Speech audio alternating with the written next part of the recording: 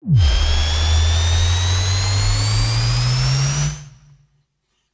the gym and in the car, with our advice you could go far. We fuck things up and we make mistakes, and talk about our sexy dates. We host events and go to clubs, but most of all we're still in love. It's getting hard for this to rhyme, just as well cause it's bed hopping time.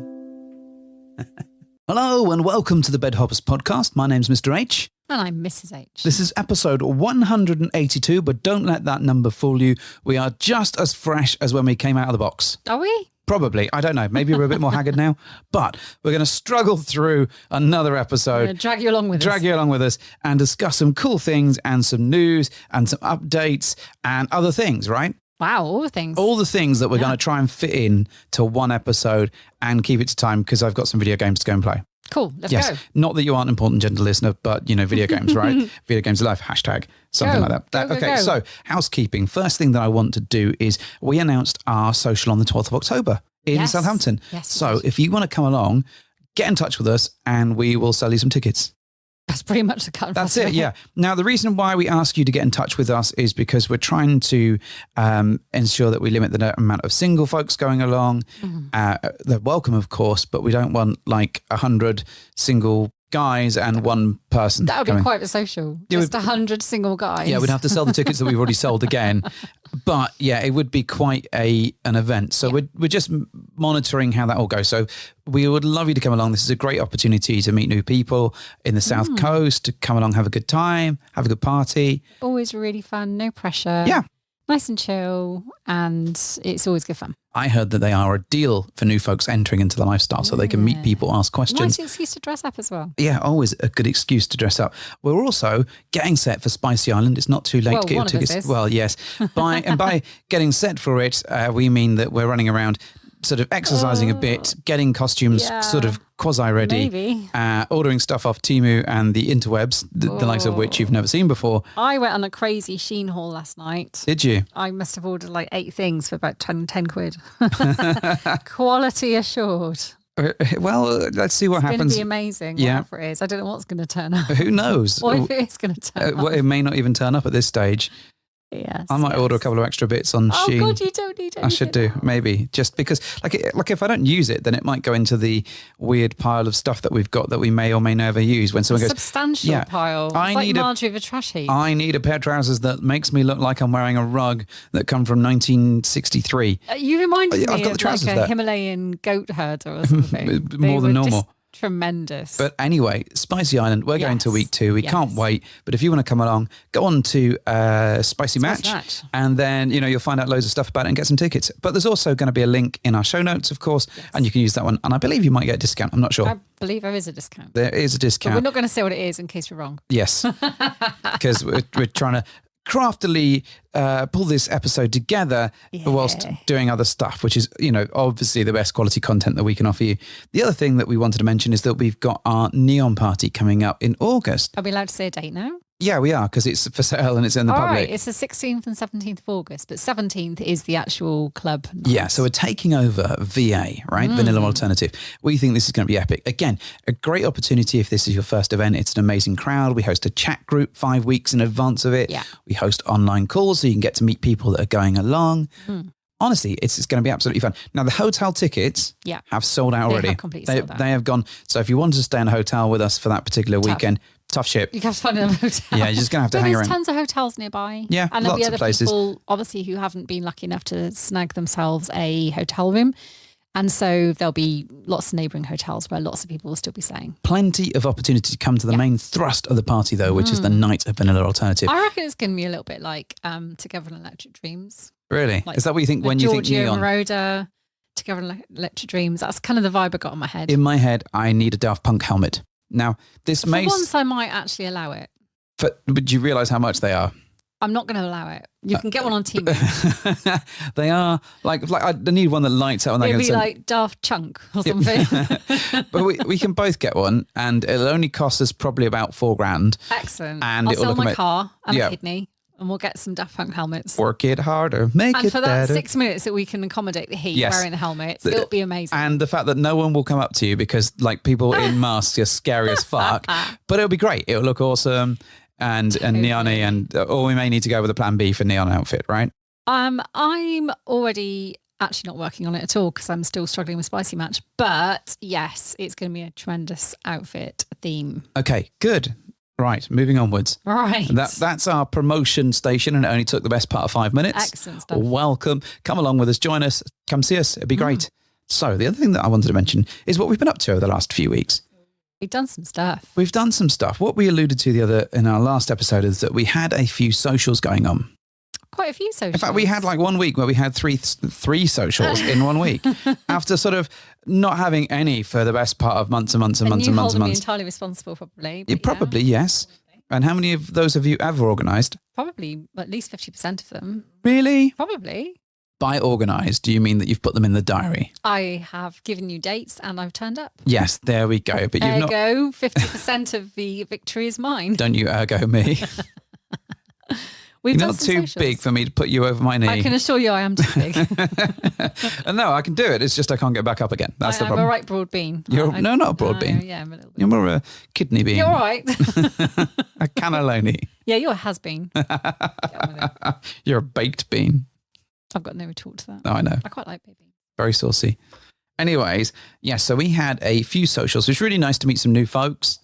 Yes. And get to chat to people who we ain't not met before and spend some time with people. Well, in fact, one couple we had met previously but hadn't really spent any time with. Right. And two were completely new. Yes, but not nude. But not nude. Or were they? Or were they? Well, in fact, actually, this is a lie because over the course of the last few weeks, we've had a number of social dates. Right. And some of the people we've known and some of them we ain't not known before. Yes. And how did that go? How was it getting out there and meeting new people again? I love a social date. Mm-hmm. And a social event, of course. But when we're coming to social dates, I love them because generally, there's no expectations from any party and it's a nice safe zone. It's just a neutral way of meeting new people and getting to know you. Yeah. Well, sometimes if it's the first time that you're going to a play date and there's a heavily implied kind of vibe that it might turn into something play, you do get that little nervous kind of, how's it going to happen and what's going to be, how are we all going to move from this point to this point? But with a social date, it's completely, everything's fine because you could wear your just boring Wednesday underwear and it's not going to matter. Wednesday Addams underwear is never you know boring. What I mean? It's no pressure. It's easy. You can even do it on like a school night. Because, so a question for you then, with that in mind, right? Yeah. Go on then. Do you go into the social, right, with a view that is just a social, or do you do some basic prep just in case, depending on the people? If it is, for example, a school night social, with a kind of a level of non-drinking because there's work the next day or something like it's not a crazy night, I do go in with the expectation that it is just that. Yeah. I don't do prep, if you want to put it that way. Obviously, I make myself look nice. I have a shower. I want to look nice, but I also don't go in thinking, okay, I need to like shave a lady garden or something. Okay, all right. Is that too much? Well, no, it's not too much. I don't. Because I don't apply that level of assumption to something that in my mind I've already managed my own expectation around where that boundary lies. Yeah. And I don't really want to overstep that because that's thrown me very firmly out of my comfort zone as well. Okay. Yeah. And I like the safety net that provides me. But there have been socials where they have escalated. Well, yes, there have been. So maybe my plan is not foolproof. However, we don't generally go into these things with the expectation that that's what's going to happen. We kind of just manage it with and we always just put that out there as well with the couple we're meeting and say, this is just a social date. Yeah. And that's generally received really well. Okay. do you go into major prep then? Major prep? Major prep. Yeah, I'm very familiar with major prep. I think there is an element of, depending on who it is and the circumstances, but a large chunk of the time I do some basic prep just in case. Just in case. Hope springs eternal, Mr. It's not so much that hope springs eternal. It's like that your mum always telling you to go out wearing clean underwear. In case you get knocked over and you have to have your clothes cut off you and you want to have nice underwear on when you go. Yes, it's almost Do you know what? Actually, yes, you're right. And I never have shit underwear. Shitty underwear, maybe. No, I always do have nice underwear regardless. Yeah. But I just meant I don't elevate it to super nice underwear. Okay. Because that's reserved for when I think it might be more than just a date. Okay. Now, I should caveat this because if it's like a second or a third date and we've still all agreed that this is just social, I probably do elevate the prep a bit because I'm always thinking, well, just in case. So like people perhaps that you've played with before or you have an inkling that it might escalate, you might wear slightly better underwear and you might shave your clunge, basically. Oh, God. Maybe. Yeah, all right. If you want to bring it down to trim the clam. Crassness, yes. Make the taco neater, yes, perhaps. Okay. And how did it go with these socials that we had then? Was there any escalation on any of them? Which one, dear? Well, I mean, I know that for a fact that at least one of them did. One of them did. One of them turned from a social to a sexy play date. Very social. To extra social. Yes, you're correct. That wasn't a first social date though. No. It was maybe a third one. Second? Oh, shit, second. Yes, it was the second one. Now, because it was a second social date, I probably did have like a little flutter of cognizance in my mind that, well, what if? And it was on a weekend. It was a Saturday, so there was drinking involved, which again is another little part of my gatekeeping kind of thing. Well, okay, hang on, Saturday night, no work the next day.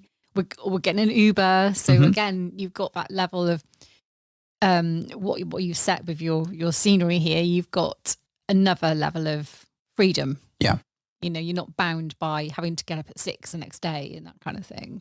Okay, agreed. Yeah, I think this gives you a more playful vibe anyway. Because you don't have to be home by 10 p.m. and you don't have to set your alarm for work the next day, so you do have a bit more freedom. Totally get that. I think in my head with this particular couple, I hadn't necessarily sort of fixated on the fact that it might end up in a play date. And that really hadn't massively crossed my mind. Okay.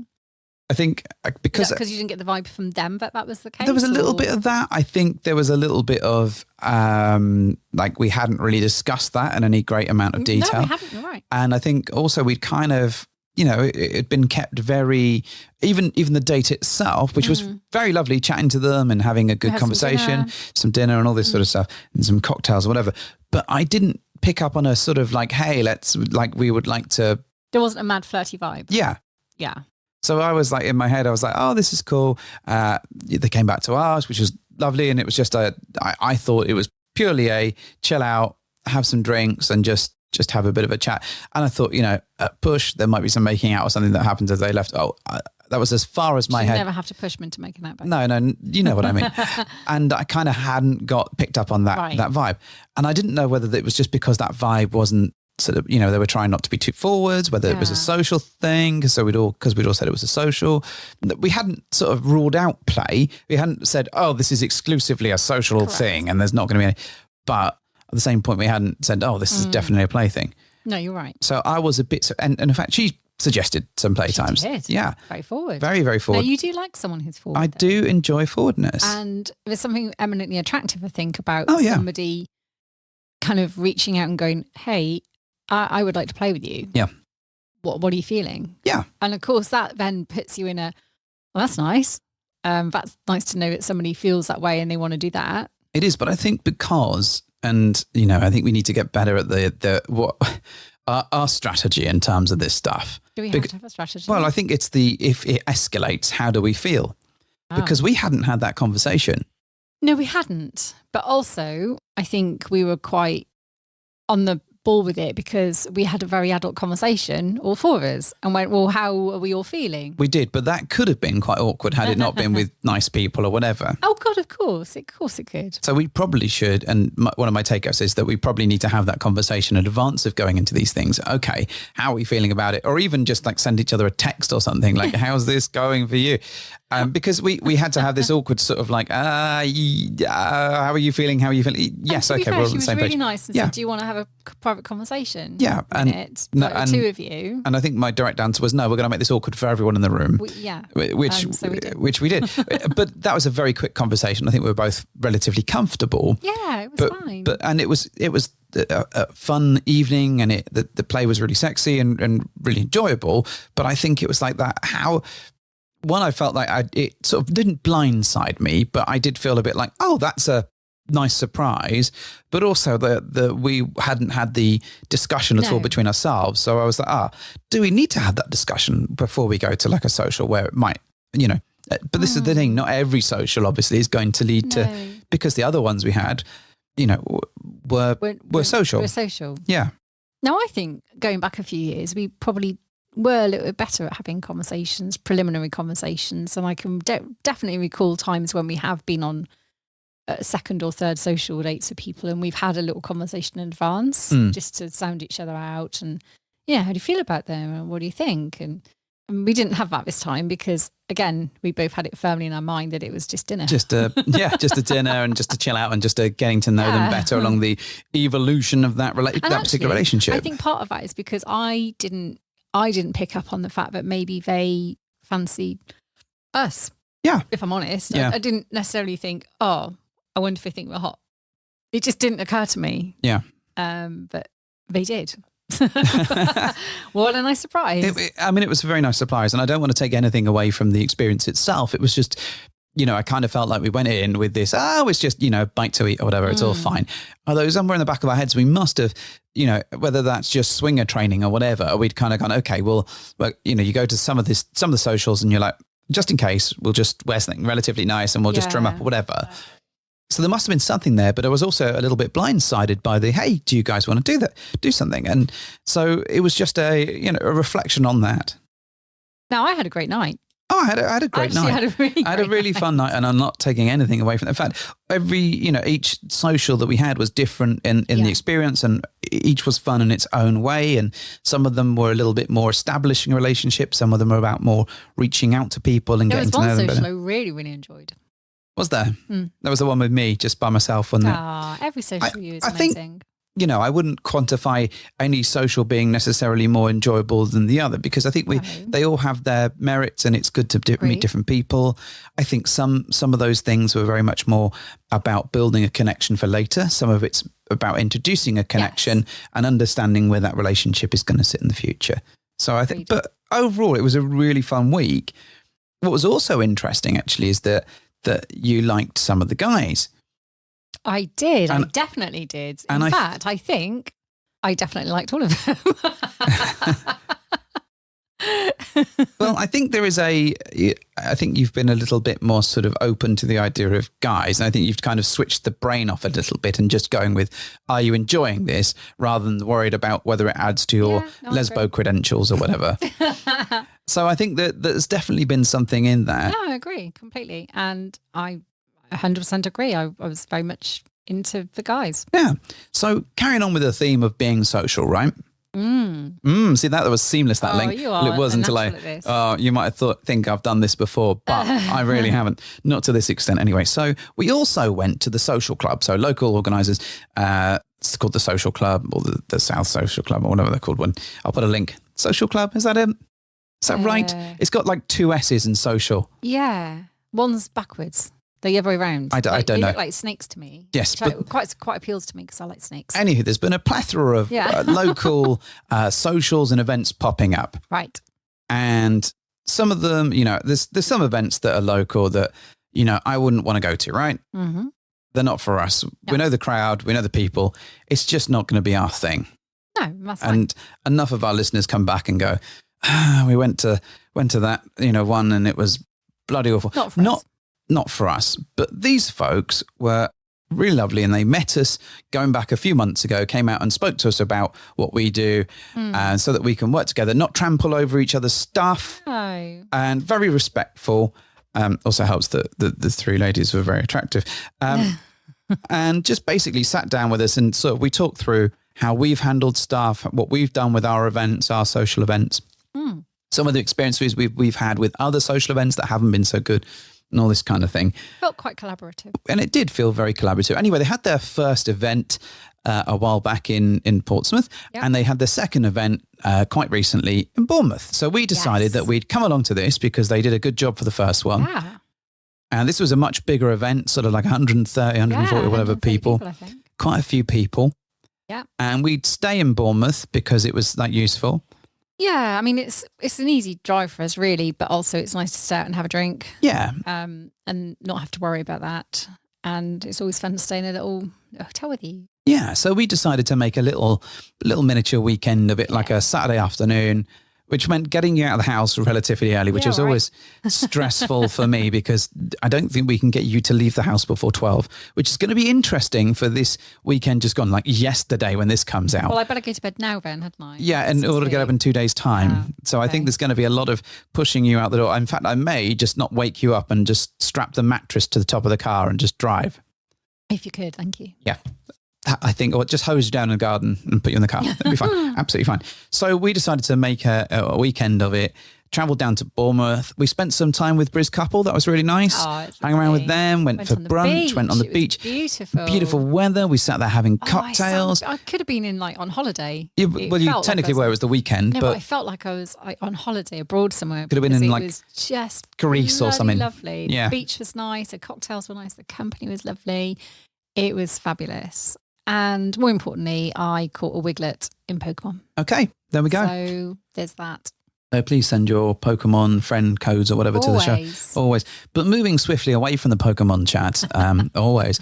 We had this really nice little afternoon, had a few drinks, rushed around because obviously there was only like an hour to get ready. Obviously. And we were like, oh my God, the venue, how close is it to us? It transpires. It was like literally 2 minutes. We were like thrown something at the door and it would have hit. Yeah, absolutely. Well, in fact, I think the back of our building backed onto the back of the venue building. How close we were. And obviously we're not going to mention the venue, which venue it was, but it was a really nice place. So we got there with, we thought it was going to take us 10 minutes to walk there, and we got there actually absolutely on the dot as they'd opened the doors. You must have been thrilled. You love getting somewhere on time. I do. I love getting somewhere on time. And what was really nice is that you're able to, because it's not too busy at that point, you can have a look around, you can get to know the lay of the land. We got some tours from some of the folks that are running the thing. Yeah, there's a lot of steps. There was a lot of... In my heels. Well, I never learn. Well, it was cool because they greeted us as we got through the door. We got a wristband. They showed us around the venue, showed us they had a little section for a photo booth set up. That was really cool. They said hello. They had their partners doing all the tours and stuff. Great. And actually it felt like a really well-oiled machine. Yeah, definitely. Now, when we got there, we got a drink and some goodie bags. They were fun. And then pretty quickly, the place was absolutely fudging around, right? Oh my God, yeah. It was really busy. But actually, it was a nice busy. I think certainly for the early part of the evening, I could pretty much hear what people were saying. Oh, agreed. Which was nice. Towards the end of the evening when the music inevitably gets cranked up. Oh, yeah, it always happens. No matter where you go. Yeah, I think that's just that because some people want to like bop along and have a good time and other people just want to carry on the conversation. Yeah, I like to be able to talk, not because I want anyone to hear my wonderful wit and charm, but I want to be able to hear what they're saying more importantly. Yeah. And I thrive on the conversations, I think. So it's important to me that I can hear it. Okay. I thought they had a pretty good balance for the most part. And there were certainly some quiet areas where you could go and sit down and hear a bit better and carry on your sort of conversation. I thought, and I'm sure you have a slightly different opinion on this Obviously, I know you can say. Go on. I thought we mingled slightly more than we have done before or recently, but I do think we did stick to people that we know or know of. Objection hearsay. Well, where's my mega pint? I think we did better. I thought we were on our feet for most of the night. I thought we did not sit down all bloody night. Well, until the end of the night, and then we sat down. But what I liked is that we did talk to more people. We certainly spoke to people that we haven't spoken to a great deal. Right. But I do think the new people that we hadn't met before that we spoke to were people that came to us. Really? Yeah. So what is it you want from me, Mr. Wade? What do you mean? What do I want from you? What is it you think we should do? Do you think we should go and talk to every single person we see at social? Not necessarily. I think... What will fill up your little Scott Pilgrim meter here? Social achieved, networking achieved. I think what I sort of worry about, not worry about, but what we need to get better at is when we go to an event, we don't really mingle and talk to new people. New people come and talk to us, but if we weren't to do it, then we just stick by and talk to the people that we already know. And when I put this in the context of doing something like a PCAP, Podcastapalooza, that Kate from Wanderlust runs, or the Spicy Island thing, we don't know. I mean, we know of or basically 5 people going. Okay. To Spicy that we know of, that we've physically spoken to and met in person. Right. Now, these people we don't, a good chunk of them we don't know properly. We've just had either an evening's worth of conversation or we've met them at an event, right? Mm-hmm. So my take is, when it comes to Spicy Island, are we out there talking and mingling with people and trying to make new friends? And are we socially equipped to do that at this stage in time? I can tell you now, I'm not going to speak to 600 people. No, I don't expect you to fucking speak to 600 people. What I mean, though, is I'm that... sure we will speak to people. Well, like new people. But because it's inevitable we're going to speak to new people. Well, we either do or we don't. And I think we've been to events and have sat quite happily in a corner only speaking to the 2 people that we know before. All right. Well, on Saturday, we definitely spoke to more than 2 people. So yes, I think we did a lot better. Did we go out and speak to those people ourselves, or did they come and speak to us? And I would say they came and spoke to us. Bare necessities, huh? Yeah. And I think the bare necessities thing is fine. But we are sort of dining out on the fact that people know us either through the podcast or through our events or whatever. But if you take away that superpower, could we survive in an event environment? And my proposition is no. No, we could not. We would sink or swim, I think. So that's why I've got to be in my bonnet about it, because we go to all these different events, and do we truly go and talk to people? I'd say I don't think we do. Do people come and speak to us? Yes, absolutely. Do people listen to the show and go, oh, it's those bedhopper nitwits, let's go and have a chat with them? Yes, absolutely, that happens. Do people say, oh, I saw your picture and thought you'd be interesting, or you're British and you're an American event, therefore there's something different about you and we wanted to come and speak to you? Yes, that happens. Do we go, we would like to speak to that couple over there? Never.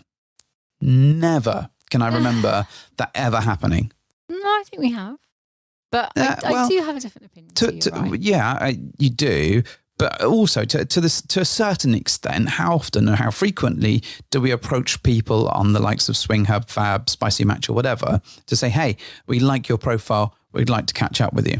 Well, let me ask you another question. Go on then. So, are you answering the question with a question? No. All right.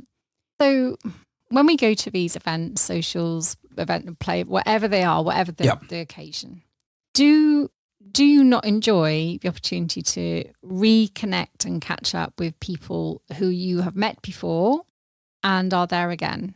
Or would you like to not reconnect with people and just stick to finding new people? That's what I mean. It's like there's people there that you haven't seen for a while. Isn't it nice to also catch up with them again? So for balance, I think it is nice to catch up with people that we've met before and we know. Yeah. But quite often, many of the people that we catch up and end up spending time talking to, we could see on our own terms at another time. It's just convenience that has brought them to this place at once. And I think there is something about, yes, catching up, but also something about going out and meeting new people. Okay. And I think I don't think we've got that balance right at all. And I think I love our friends and I love the connections that we've made. It's nice to see them again. It's wonderful to see them. But we go to often are we going to that event to purely catch up with our friends, or are we going to meet new people?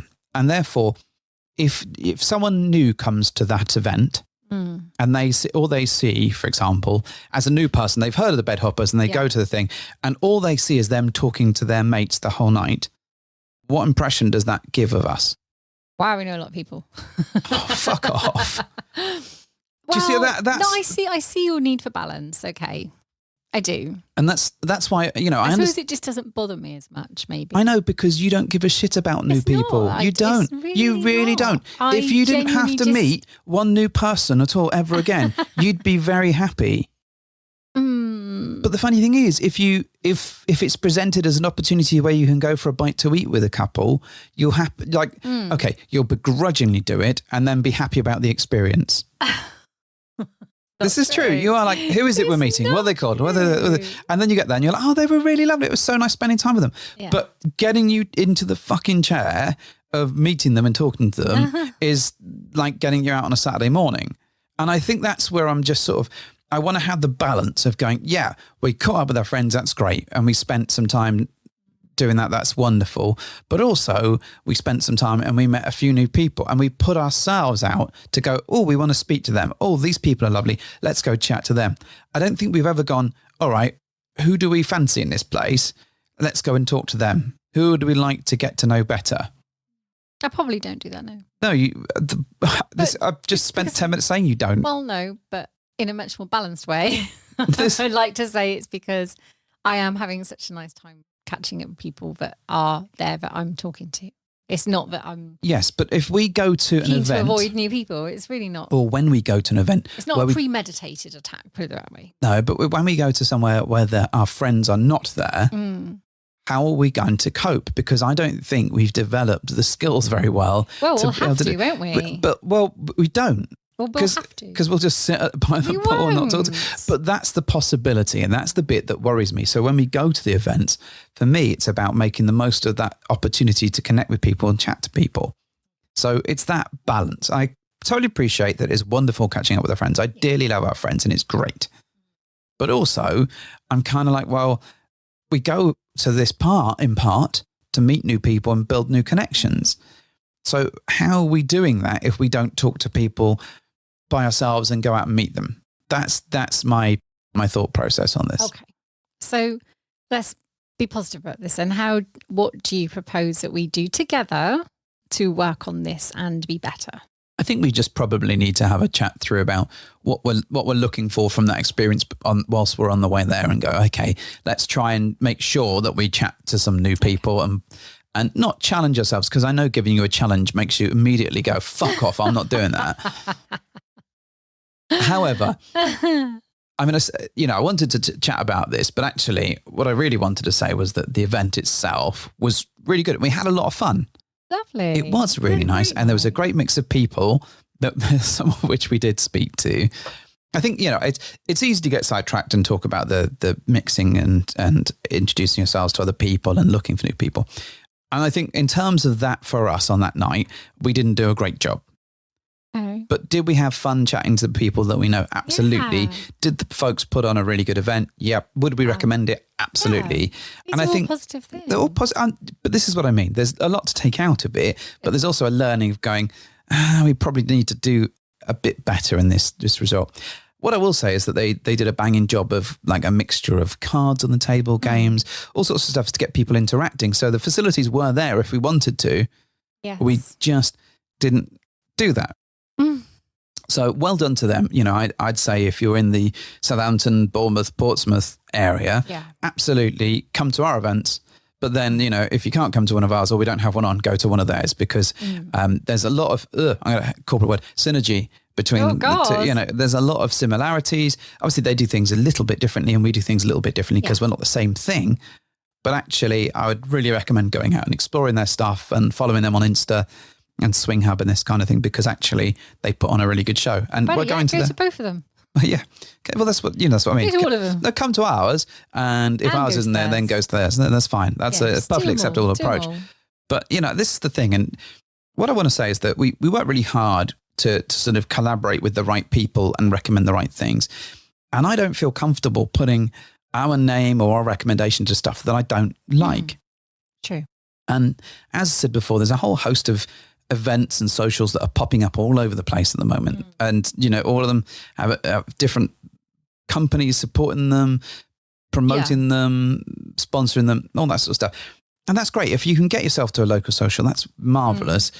But from our perspective, we've been to some great ones and we've been to some shit ones. So for us to put our names to it on the podcast and say that we think these folks are doing pretty well, hopefully it means something, because we wouldn't want to send you to somewhere where you're just going to be, oh, this is shit. No, we thoroughly endorse it and all the hard work they put in. Yeah. And I wouldn't hesitate to recommend it to people, new and existing kind of people in their little, and also all journeys. Like 6 of them that run it are really hot and wonderful people. It's quite disgusting, really. They've got a really nice group going on. Ugh. Yeah. They're far too nice. Anyway, so that was our social experience. Yes. We went home by ourselves. We did. We did. Well, went back to our little flat that was very conveniently located. So I like going back with you. Oh, it's always wonderful going back with you, but you weren't feeling quite so well again.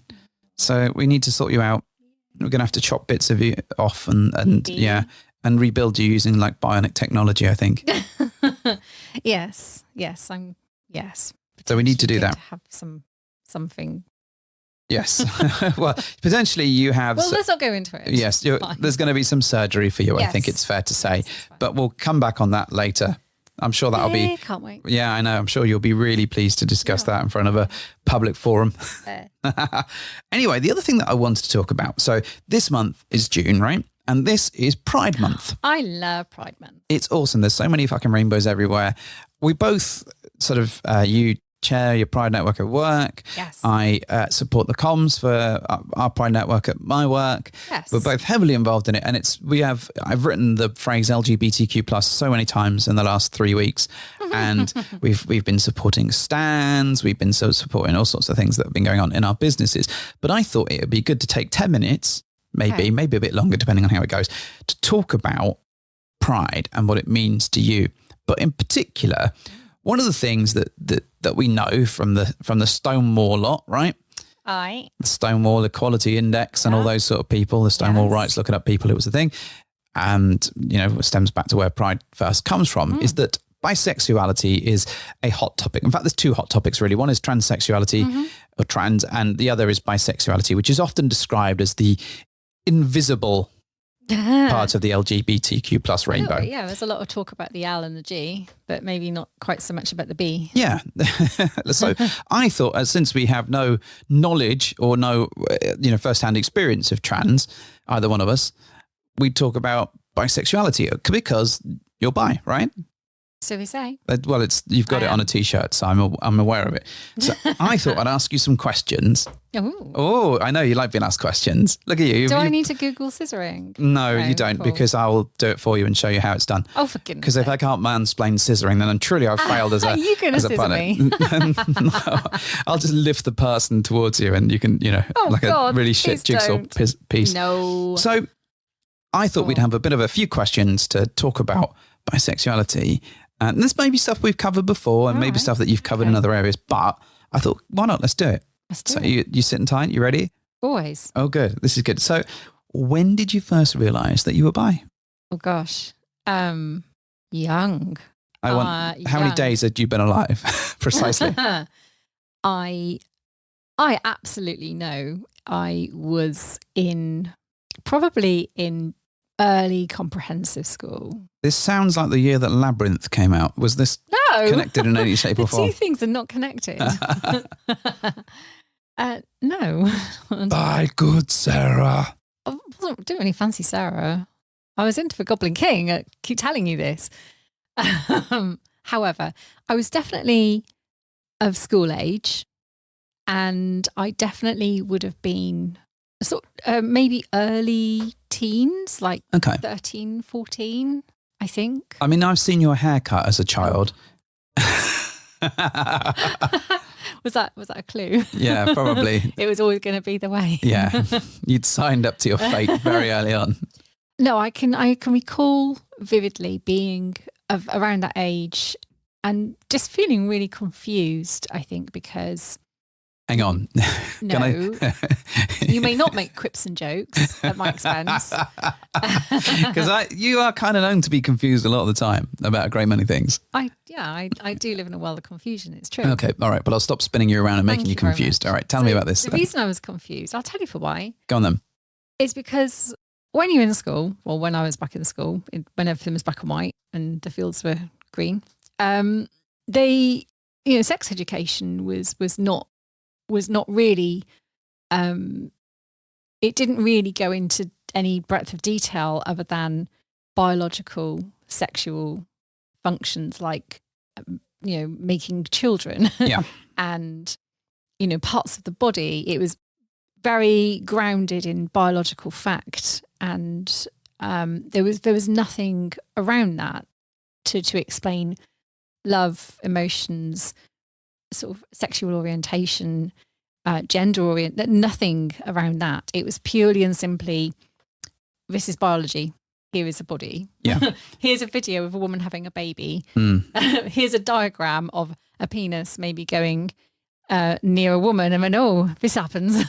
So it was really, really light touch. Yeah. All right. And I understand that, generationally, we're talking years ago and things were quite different. Yeah. Now we have great things like sex education, the TV show. Yeah. And we have lots and lots of stuff that really does it right. Yeah. Okay. I was not so lucky because older, right? Yeah. And so I didn't understand the emotion or the yearning I had that meant I tried to fancy boys. I really did because that's what I thought I should do. And that's what everyone expected you to do. It was all, this cycle of this is what you do. You're drip fed the thing where you fall in love with a man and you have a baby and all that stuff. And I did fancy boys, of course I did. But I also fancied my best friend, confusingly.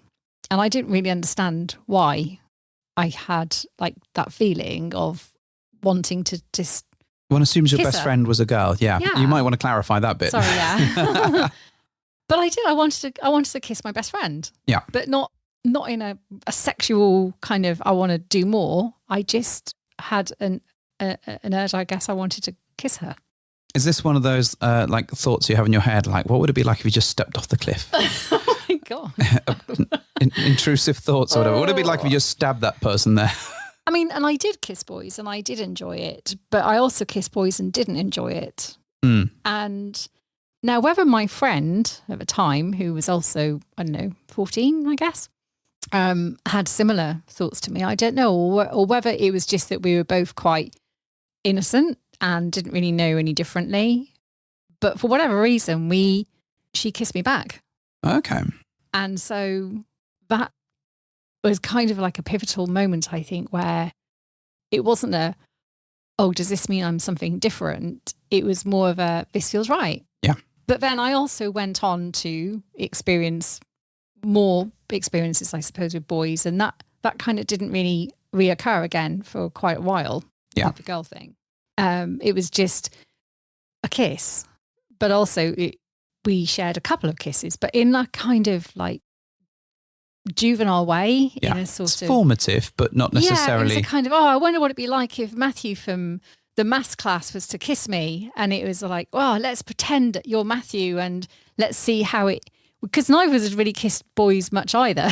So we used it as let's practice on each other and see what it's like. And then when we meet a boy we like, we'll know what to do. Yeah. It was that. And then it was like, I wonder what it would be like if Matthew scissored me. So it started like that. Okay. And it all felt right. But I didn't understand what it was. And then later on, when I went to university, I kind of figured it out. But again, I didn't apply a label to it. I didn't have a definition and say, I am this. I just realised I liked girls and I like boys. That was that. And if I played with them at the same time, even better. Yeah. And so you played with them at the same time. Sometimes. But yeah. And I actually did seek, a lot of male encounters because I liked the way it made me feel. But I also enjoyed the feeling of women when I had the opportunity to play with women. So that was a very long answer to your question. But yes, but I'd expect no less. All my training is now complete. You can't give a quick answer whatsoever. So can you recall your first actual lady experience beyond that first kiss? What was it like? Yes, I can. Okay, so it was in university.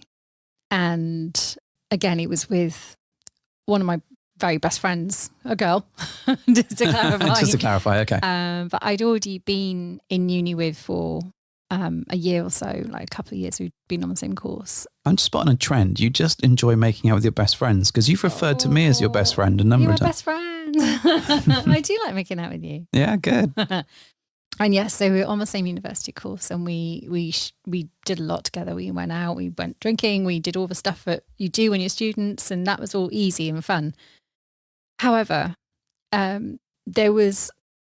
we were never like flirty with each other. There was never an underlying kind of feeling of one day I'm going to sleep with her. Yeah. It was just easy to hang out with her, and it was easy to go out and drink and have fun with her. And then one night we went to the student union bar and we had a bunch of drinks, and we were just mucking around more than anything. And just want to point out those drinks probably cost you £10 for the night. Back in the day. Yeah, and we were just drinking and mucking around, and it happened so organically, and we just gravitated to a kind of playful kiss in the bar, and it was just like fun. It was like an obvious thing to do in a way, because we were just mucking around, and then we were sitting next to each other, and then we kissed, and it was just like that was easy, that was obvious. There was nothing, neither of us went, oh my God, what are we doing? We just went, oh, that was good. And then we moved on to another bar. And then it kind of just went on a bit from there, where we just got really like friendly on the dance floor, and we were just mucking around. And my friend, I think, was angling more towards doing it to make some boys jealous, or some lads. To lure them in or whatever, a little bit, because there is that level of playfulness, I think, where, now you're in a minority, granted, but a lot of men would have found that quite hot. Yeah. I think, especially at the university age, if you're out for some beers and the two girls you're out with start making out with each other, it's like jackpot, right? Yeah. This is all popping off. So that kind of inevitably happened again, and we were kind of dancing around on the dance floor, and we just started kissing. Then spectacularly, we got thrown out for kissing. To be fair, I think you and I have been thrown out of a club for making out. Yes. And we were absolutely thrown out of the club for kissing. We were not doing anything else. We were just kissing on a dance floor. It wasn't like a slow song. It was just dancing, and then we shared a kiss. And we had to leave because, no, not having that in here. Off you go. So we got thrown out.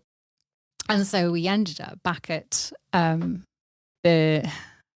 of the flats. As mine, I can't remember one of them. Anyway, we ended up back at the flat, and we kind of just we weren't drunk, but we were definitely tipsy. And it just seemed like a really easy thing to make a decision between us to carry on. So we did. Okay. And so we did. And I remember this like weird out of body experience halfway through, where I remember thinking, like almost like I was looking down on the scene in front of me and going, oh my God, this is happening. Oh, finally, huh? Finally. So being bi, right? You've kind of teenage years, it's been like an inkling of things going on. Later on as a student, you've been able to explore a bit. Then you get married, have kids, get divorced, get married again. Yeah. What's it been like? Because I guess up until, I say recently, the last sort of 8 years, we've been plus we've been exploring ethical non-monogamy and various other things. But what's it been like being married, but having this thought of being bisexual in your head? Well, I do have an imagination. You do. I know you do. And I do like ringing the devil's doorbell. Yes, you do. And so there's that. Yeah. I mean, I'll be honest, like bringing up a young family and spending those like early relationship years, I didn't really think about it much. Partly because I was so invested, I think, in just being a mum. Yeah. And all the domesticity that goes with that. And also, I had a fucking great like early years with you. And I didn't need to think about anything else because And we still have great times Does that not together. imply that the recent ones are fucking awful? Not at all. It really doesn't. You know, I adore you more than ever. And I'm still like so in love with you. Like you're everything to me. And that's never changed. But I suppose the energy of our sexual relationship in its early stages were probably, you know, more new relationship energy fueled, for one. Because it is, let's be honest. Yeah. That's kind of how new relationships kind of move along at the beginning, isn't it? They're like, hey, having sex all the time, every minute of the day if you could. And I know you would. I know you would. But I think really so the first early part of our relationship, certainly, you were enough. That's not to say I didn't think about stuff. Yeah. You know, and I probably did. Of course, anywhere else would be a 10. But you know, I was so invested in our relationship and loving what we did together, and also, yes, being a mum, and we were parenting and all that stuff that goes with it. Didn't really occur to me to kind of think about the bits of me that when I was alone, maybe masturbating, I might drift off to, because I can't suppress that. But also I didn't really have time in my relationship to do anything else with that. Wait a minute. This sounds exactly like your approach to socials. Oh my God. Is this just been a long way this round is the long getting game. me to admit something? Yes. So you've stuck to what you know because it's convenient and easy and you enjoy it. Not but seeking the new experience was far too much. No. I can't even go down that road. No. So yes, it's not that I didn't need the bisexuality part of me. Yeah. And it's not that I didn't think about it. I think it just, in terms of where my priorities lay, you know, being a mum and enjoying my relationship with you were my priorities. And I probably didn't miss it, I guess, at that point. Yeah. And I suppose it's only really sort of later down the line where we've had freedom, because we don't have kids living at home anymore, and we've got, you know, opportunity to explore so much more. Yeah. But it's kind of like risen again, I think, as actually I don't want to suppress this anymore, because it's something I miss, and it's something it's inherently part of my sexual orientation. Yeah. So that's kind of why it lay dormant for a while, I think. It doesn't mean I didn't think about it. Okay. So I guess my last question, really, because otherwise we'll be here all day discussing this, and I'm sure, and I'm sure we can pick this up in another episode in more details. But what does being bi mean to you, and why is it important that as a bi woman you are out? Interesting one. So I'll go to the end of that question first. So the reason it's so important for me to speak openly about this, I think, is because it's not that I want to brag about the fact that I have the best of both worlds. It's really not. But this is my identity, and this is how I want people to perceive me. I don't want people to make an assumption that just because I have a wedding ring on, I'm married to a man and there's nothing else. Yeah. I want people to comfortably understand that my identity is very much multifaceted, and there's more to just an orthodox conventional marriage. And I'm not necessarily, you know, heterosexual because I've got a wedding ring on and my husband is there. Yeah. That makes sense? Yeah. Now, it can be exhausting constantly feeling like you're having to come out all the time and remind people that just because that's the assumption they've made, that's who you are. And I don't want to ram it down people's throats, but at the same time, I want people to know me the way I know myself. Yeah. So it's important to me, I think, that if people make an assumption and it makes me feel uncomfortable because that's not who I am, I will somehow weave that into a conversation. So maybe consider what they've asked me and think, oh, maybe it's not as it seems. I think as humans, we spend a long time trying to understand who we are. And that evolves throughout your life, you know, with your journey, with your partners, with your family and all that kind of thing. And actually, I think when it finally clicks in for you, and for some people it takes decades, some people may never actually get to feeling comfortable with who they am, I think. But you certainly seem to have kind of gone, actually, this is who I am. And it's really important for me that you can be open and honest with people about who you are and be proud of who you are. And I guess at this stage of our life together, you know, we are able to be absolutely open and absolutely honest with people, and with very little detriment to us. We're very fortunate in that way.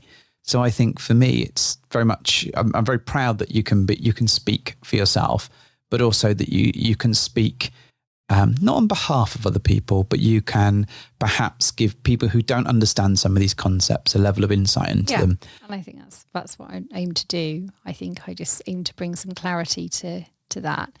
But also it's really important that people don't see this as a hobby. No. You know, well, I don't just get pissed up on a weekend and go, oh, I fancy doing this now. This is a hobby. This is not at all that. This is part of you probably need to clarify that. I think, your bisexuality isn't a hobby. That's what I mean. But I think the lifestyle element, you could probably chuck as lifestyle. I'm talking purely about your own sexuality. If I want to play with women, that's not what I consider to be a hobby. Yeah. That comes out from time to time. It's something that is part of who you are, rather than something you can flick on and off. Hey. So, and what does being bi mean to you? What does being bi mean to me? Well, I think I don't really know how to answer it because there's too much to it. Well, sum it up in a neat little 3-minute thing before we round up this episode. Okay. It's having the ability to comfortably express feelings of emotion and chemistry with anyone that I find to be attractive. And it doesn't mean, I don't necessarily think, I'm going to fancy you more because you're female. It depends very much on the person. So I suppose you could argue it falls into pansexuality to some extent, but... Well, so, the pansexuality covers all genders. So if you're bi, then you don't necessarily fancy everyone of all genders and no gender at all, whereas pansexuality would. Right. And that's my understanding of it. Please correct me if I'm wrong. I'm sure I'll get a message of complaint about it if I am. But that's my take on it. And I think, you're predominantly interested in men and women, probably at the moment with a heavy leaning towards women because you've got the best man ever at home, really. I mean, in all modesty and honesty, it's hard to improve on this level of modesty to improve on this level of perfection, really. So it's tricky. But I can understand why that would drive you to women as well. Oh, wow. Well, actually not many other men do measure up to you because I'm so short. But that's it. You're just vertically challenged. And yes. That's why no man will ever measure up to you. No, it's true. I often find myself thinking, well, I could be at home with him. I like the way you make me feel, and I like being with you physically. So I kind of go, I want to be with that. Whereas, if I'm completely honest, yes, I probably, if I was to retreat into a fantasy of some sort, it would pretty much always be dominated by the female form. Okay. Unless it's the Goblin King. Absolutely.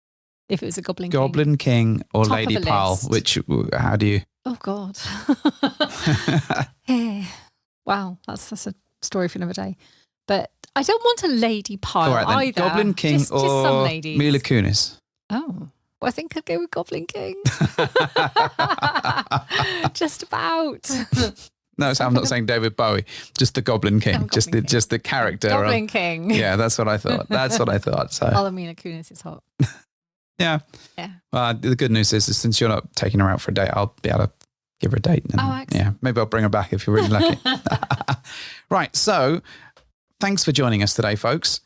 Hopefully that's been some insight in what we've been up to, some recommendations on places to go, some stuff that you can do to come along and meet us. Yeah. A little bit of exploration around being bi, and some weird thing about going out and talking to people. Definitely some of that too. Right, Mrs. H, do your thing. Thank you for hopping into our bed.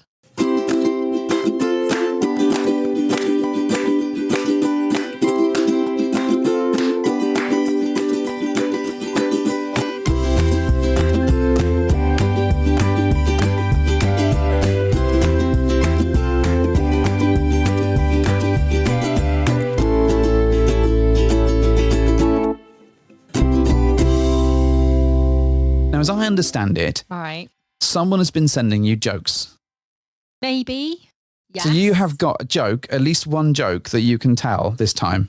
And I know, gentle listener, you've probably turned up and thought, where is the sexy story? But what about the sexy story? There are no more sexy stories. Lies. There may be one being worked on. Full well you're in the process of writing a new one. Well, if it shows up in a forthcoming episode, great, but it's not in this one. So this is all about going back to the good old jokes. And I use the term good and old because that's probably what they are. Well, maybe. But also, yes, you are writing a new story. Thank you. You going to read your joke? Yes, I'm looking for it. Okay. You found it? Is it in yet? I'm just getting it now. You did put me on the spot a bit there. Well, so the thing that we've done pretty much most episodes for a long time now. And all right, I've got it. Go on then. Are you ready? Yeah. All right, okay. What does a short-sighted gynecologist and a puppy have in common? I don't know. A wet nose. Dear. In dear.